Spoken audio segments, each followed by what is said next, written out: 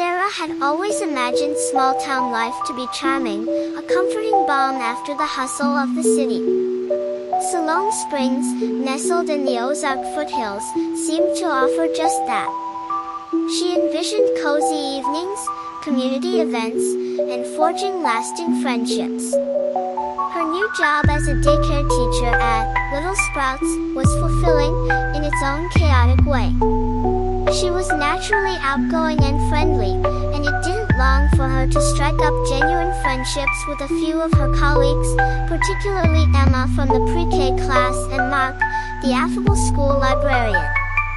They shared coffees, weekend hikes, and dreams of settling into the quiet pace of small-town life. Yet, beneath the surface of her budding happiness, a persistent loneliness began to gnaw at her. It wasn't just missing her old life, it was something deeper, a creeping emptiness that seemed to intensify with each passing week. It started subtly. A general lack of enthusiasm on her days off. Then, the laughter that once bubbled easily felt strained, forced. Colors seemed less vibrant, music less uplifting. Sarah chalked it up to the adjustment, the long hours with energetic toddlers. But there was one child, a seemingly quiet and unassuming girl named Lily, who seemed to be a strange focal point of this creeping malaise. Lily was a shadow in the classroom. She rarely caused trouble, never threw tantrums, and spoke only when directly addressed. Yet, Sarah found herself inexplicably drained after interacting with her, even briefly. A light-hearted joke shared with another child would seem to dim in Lily's presence. Moments of genuine joy felt fleeting, as if a subtle chill had entered the room whenever Lily was near. The first truly odd instance happened during nap time. Sarah watched Lily, eyes wide open, just staring at the ceiling. When Sarah gently asked if she was okay, Lily slowly turned her head, fixing Sarah with a gaze that felt too old, too knowing for a 5-year-old. Sarah felt a peculiar jolt, a cold wave washing over her, leaving her surprisingly lethargic. Her limbs felt heavy, her thoughts sluggish. She shook it off, attributing it to overwhelming fatigue, but the unusual intensity of the moment lingered. Days turned into weeks, and the drain became more pronounced, more frequent. Sarah's apartment, once a vibrant sanctuary, felt increasingly cold and unwelcoming. She found herself staring blankly at walls, the simplest tasks feeling monumental. Her favorite songs sounded flat, tasteless. One afternoon, while helping Lily with a puzzle, Sarah felt an invisible tug at her chest, like a vacuum pulling at her very core.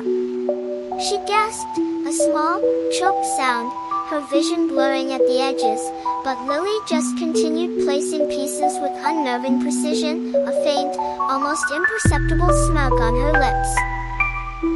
Sarah felt a sudden, sharp jolt of fright, a primal warning she couldn't explain. Her heart hammered, not from exertion, but from a terror that bloomed from nothing. Then came the auditory hallucinations, insidious and chilling. Soft, almost inaudible sobbing began to accompany Lily's presence, particularly when Sarah felt the most depleted. It was a faint, desolate sound, like a whisper carried on a dead wind, a profound sorrow seeping into her ears. Sometimes, it was intertwined with a faint, chilling giggle, not Lily's own, but something hollow, ancient, and utterly devoid of mirth. Sarah would spin around, searching, her breath catching, but the classroom would be normal, full of children's innocent chatter. Her colleagues looked at her with growing concern when she'd ask, "Did you hear that?" "That?" crying, and they would shake their heads, their faces etched with worry for her. Emma and Mark tried to be supportive, but their attempts at cheerfulness seemed to falter in Sarah's increasingly heavy presence. The visuals followed, mirroring her descent. One afternoon, while reading a story, Sarah glanced at Lily, and the child's reflection in the classroom window seemed to distort, stretch, and waver for a split second. Not Lily's reflection, but a fleeting glimpse of a figure that was tall and stretched, with impossibly long, spindly limbs and a face of profound, sorrowful emptiness, mouth agape in a silent scream. Sarah blinked, hard, and it was gone, replaced by Lily's small, perfectly normal face, eyes fixed on the storybook. Her heart hammered against her ribs, a mix of shock, disbelief, and a dawning, icy terror.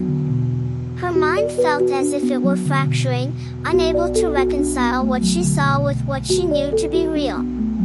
Was she losing it? Was this depression, or something far worse? Seeking advice, more out of a desperate need to understand her own dwindling spirit than any concrete suspicion about a child, Sarah confided in Mrs. Gable, the school's aging administrative assistant.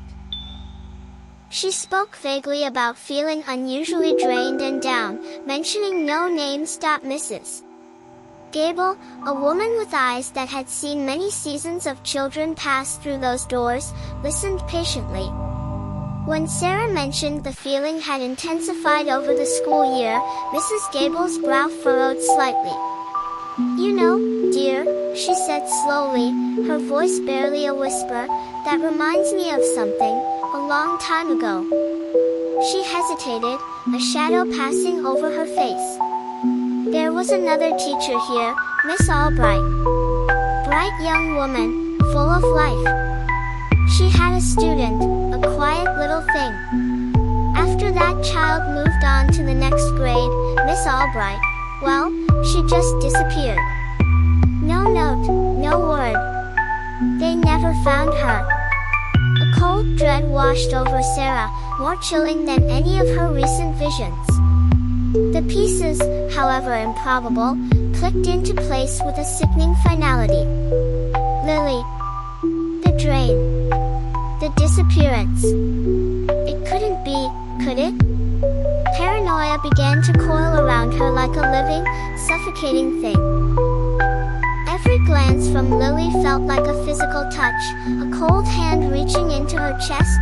Suddenly, the subtle instances took on a sinister, undeniable light. Lily's unnervingly still gaze. The way the air seemed to grow heavy, thick with a palpable despair, when she was near.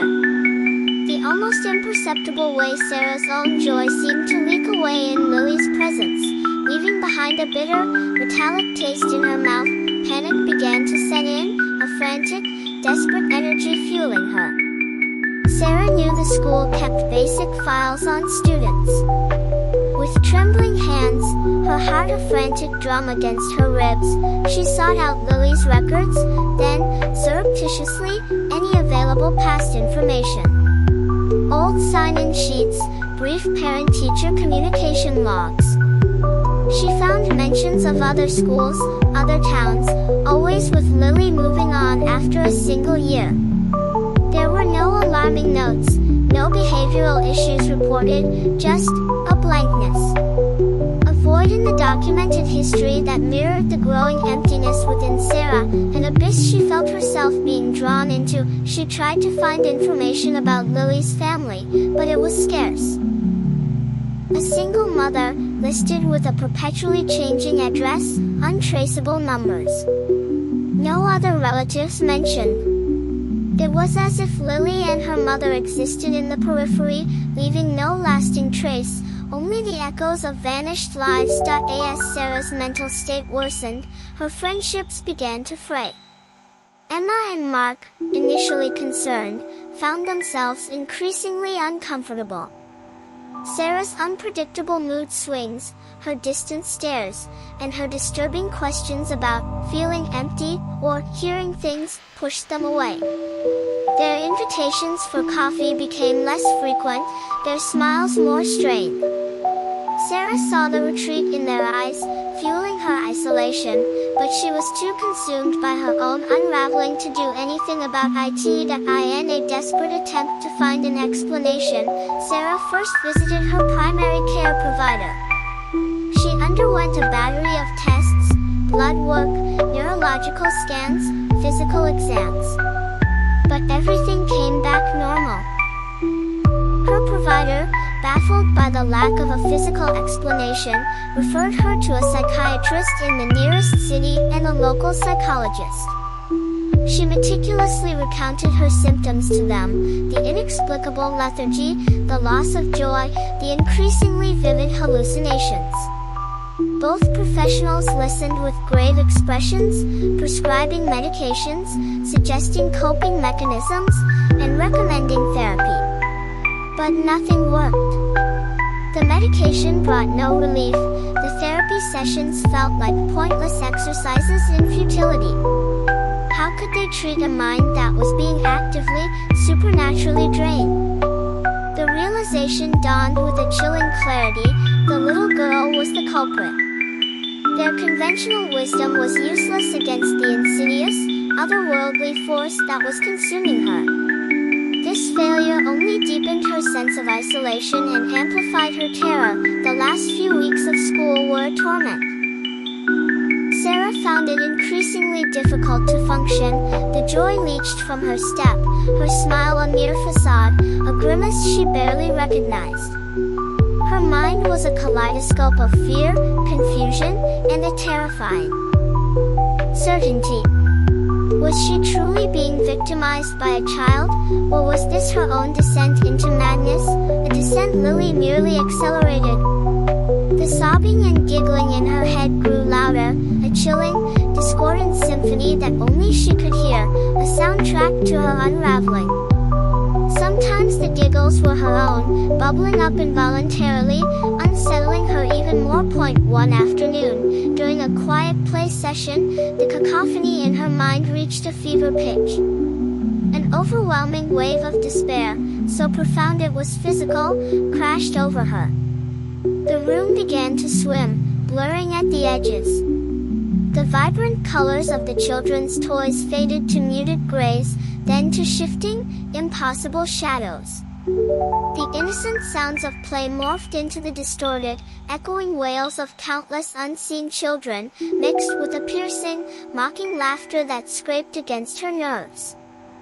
Sarah felt frozen, her eyes wide with a terror that clawed at her throat, unable to move, unable to scream. Through the shimmering, distorted veil of her fracturing sanity, she saw Lily, no longer a small child. She stood above Sarah, impossibly elongated, misshapen, terrifyingly tall and skinny, her form wavering like a specter, made of smoke and raw shadow. Her limbs stretched unnaturally, her fingers tapering into needle-like points. Her face, stretched and distorted into a grotesque caricature, was one of profound, unending sadness, yet her eyes, devoid of any childlike innocence, held an ancient, malevolent glint of satisfaction. The sobbing and laughter in Sarah's head intensified into a swirling, deafening vortex, a maddening maelstrom of sound, each sob an echo of her own stolen joy, each giggle Lily's cruel triumph. Lily raised a long, thin hand, a skeletal claw, not quite touching, but Sarah felt the last vestiges of her light being pulled, violently, irrevocably, leaving behind only the cold, crushing weight of utter, absolute emptiness. The world went black for a moment, then snapped back into a grotesque semblance of reality. Lily, small and normal again, was looking at her with a peculiar, innocent curiosity, as if nothing had happened. But Sarah knew. She knew it had been real. The overwhelming sadness and despair that now saturated her very being was proof enough. Her mind, already teetering, finally fractured. The final day of school arrived. Sarah moved through it like a ghost, her face pale, her eyes hollow, unfocused.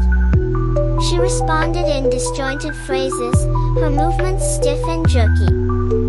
As Lily's mother came to pick her up, Lily turned to Sarah, a slow, deliberate smile spreading across her lips. It wasn't a child's smile. It was a smile of utter triumph, a silent acknowledgement of the beautiful, vibrant thing she had meticulously broken. Lily and her mother disappeared through the doorway, a final, soft click as the door closed behind them. Sarah remained in the classroom. The other teachers left, their voices fading into the distance. Emma and Mark, who once offered comfort, now offered only wary glances before retreating. The sounds of cheerful goodbyes were replaced by the ever-present, deafening symphony of weeping and chilling giggles in Sarah's mind. She slid to the floor, her body racked with sobs that weren't entirely her own. They felt ancient, echoing the profound sorrow she now embodied, the collected grief of countless victims. Then, a strange, disjointed giggle, high and unsettling, bubbled up from her own throat, mingling with the internal chorus, a grotesque duet of despair and dark amusement. She was broken, a vessel emptied and refilled with the residue of countless stolen joys, a puppet of her own torment. The classroom around her began to subtly shift, to physically decay. The brightly painted walls seemed to darken, the cheerful posters peeling at the edges, their images warping, smiling faces turning into weeping visages. Dust motes, once dancing, now swirled like malevolent spirits in beams of light from cracked, grimy windows. Toys lay scattered, faded and broken, like forgotten relics of a joy that was no more, rapidly deteriorating as if centuries had passed in moments. The clean, crisp lines of the room melted, the vibrant colors bleeding and fading, slowly morphing into a state of utter disrepair, a chillingly accurate reflection of Sarah's shattered, decaying mind. Alone in the dim, crumbling room, Sarah continued to sob and giggle, a fractured melody of anguish and madness, lost in a private world where the light had died, and only the echoes of profound despair and a child's cruel, ancient amusement remained.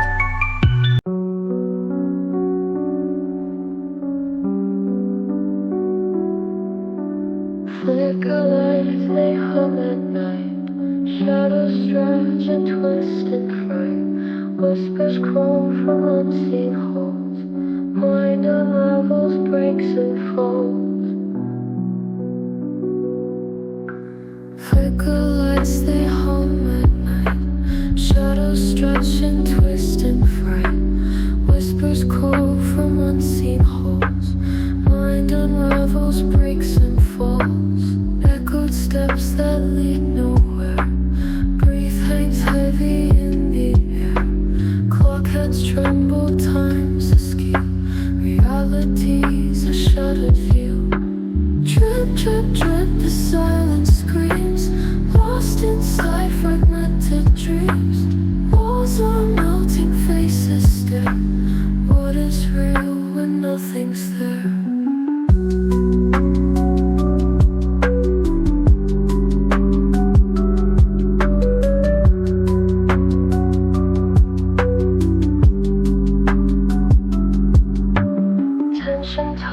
Like spiders thread, thoughts collide inside my head.